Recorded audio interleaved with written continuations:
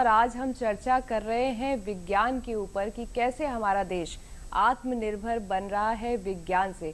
हमारे बीच में हमारे एक्सपर्ट मौजूद हैं सुशील कुमार जी।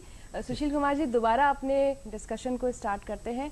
एक न्यूक्लियर एनर्जी, परमाणु एनर्जी, ये शब्द सुनने में आता है, हालांकि पहली बार सुनो तो लगता है कि इसके बड़े दुरुपयोग भी हैं, लेकिन कहीं ना कहीं इसके उपयोग भी हैं जो कि सदियों से चले आ रहे हैं। जरूरत है इसके बीच में बैलेंस बनाने के लिए, इसके बारे में कुछ बताइएगा। बिल्कुल, आपने जैसा कहा कि हर व्यक्ति को डर लगता है न्यूक्लियर एनर्जी से, और हम सब लोगों ने बचपन से किताबों में पढ़ा है कि कुछ ऐसी दुर्भाग्यपूर्ण घटनाएं हुई हैं जिनसे पूरे के पूरे देश आज भी उस समस्या से जूझ रहे हैं। जापान के केस में आप सब लोग जानते हैं हिरोशिमा नागासाकी की घटना, या और भी ऐसे परेशानियां हुई दुनिया में।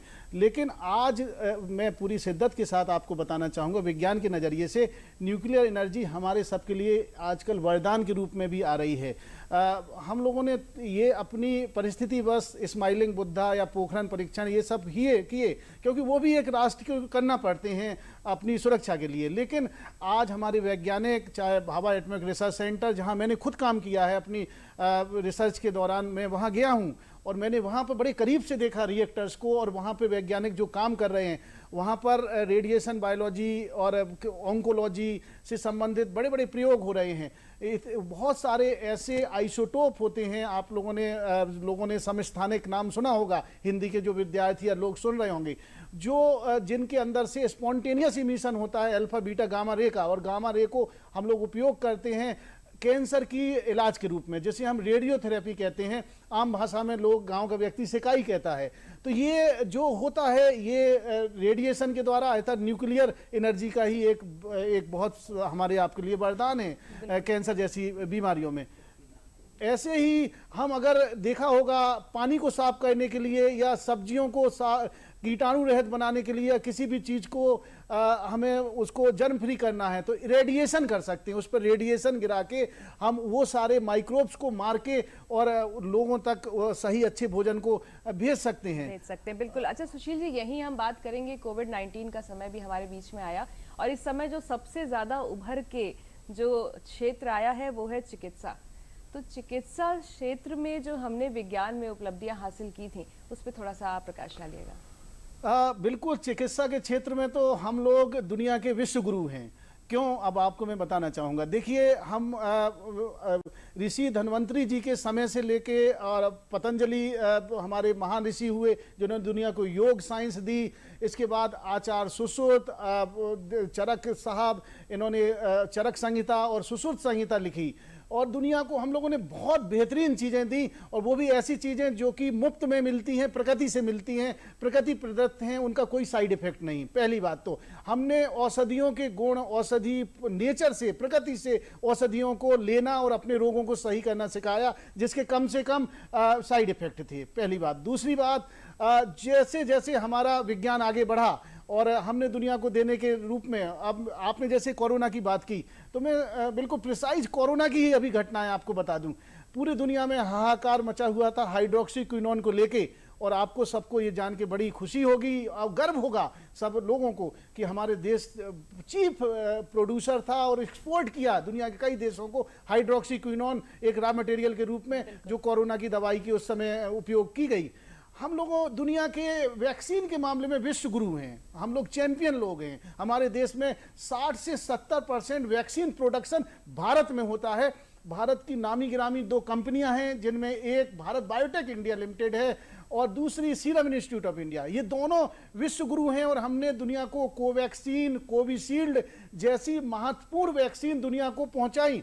आपने देखा, हमारे DRDO ने एक ऐसी दवा बनाई जो हम लोग को जब एसिडिटी हो जाता है या कुछ हो, तो हम एक पाउडर के रूप में एक दवा लेते हैं। मैं उस कंपनी का नाम नहीं लेना चाहता हूं, लेकिन वैसा ही पाउडर के फॉर्म में 2DG एक दवा बनाई गई, और कोरोना के इलाज के दौरान सब लोगों ने उसको लिया, और हम लोगों ने अपने कोरोना से लड़ाई लड़ी। ना केवल हम लोगों ने अपनी जरूरतें पूरी की। देखिए, भारत वसुधैव कुटुंबकम की नीति पर जीता है।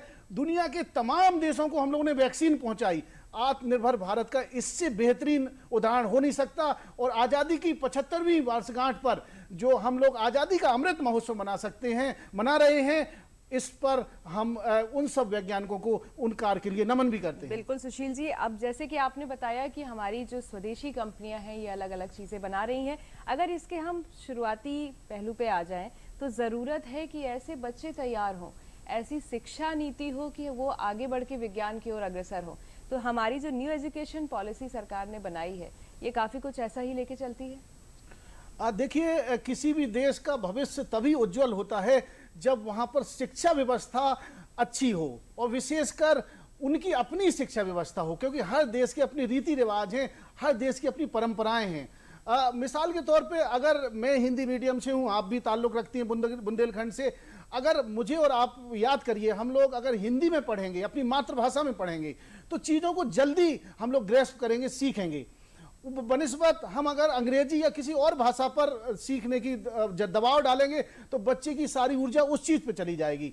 हमारे नीति नियंताओं ने इस चीज को महसूस किया और बहुत घोर विचार विमर्श से लाखों सुझाव आए और एक संपूर्ण समाधान के रूप में सबसे मिलके एक नई शिक्षा नीति को कार्यान्वित करने की एक योजना बनाई गई, जिसके अंतर्गत अब भविष्य में ऐसी शिक्षा दी जाएगी बच्चों को कि बच्चों को विषय चुनने की आज़ादी हो, मुक्तता हो, मतलब वो किसी भी प्रकार से बच्चे पढ़े ही नहीं बल्कि खेल खेल में ही बुनियादी शिक्षा ग्रहण करें। जैसे बापूजी अपनी जरूरत के खुद ही जूते सिल लेते थे, इवन आपने देखा होगा चमड़े को निकाल लेते थे, कपड़े बना लेते थे। बच्चों को जानना जरूरी है, कहना जरूरी है, इसलिए प्रधानमंत्री जी ने ये महसूस किया और फिर आह्वान किया और ऐसी शिक्षा नीति लाई जा रही जिसमें बच्चा स्किलफुल हो, मतलब 6वीं 7वीं में पहुंच के बच्चा कारपेंट्री, फिटर या इलेक्ट्रीशियन या छोटे छोटे स्किल वाले कोर्स भी सीखे और पढ़ाई भी करे, और आगे चल के 10वीं 12वीं में जाके एक जो ट्रेडिशन होती है कि हर बच्चा डॉक्टर बने जा रहा है, हर बच्चा इंजीनियर बने जा रहा है,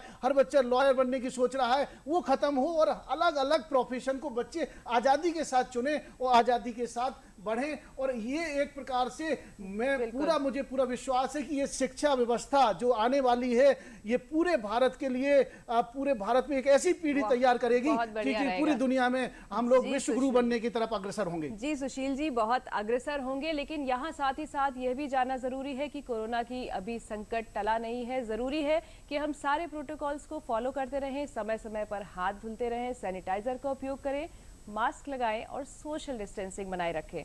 उम्मीद करती हूं आपको हमारा आज का प्रोग्राम अच्छा लगा होगा। धन्यवाद सुशील जी, मुझे दीजिए इजाजत, नमस्कार।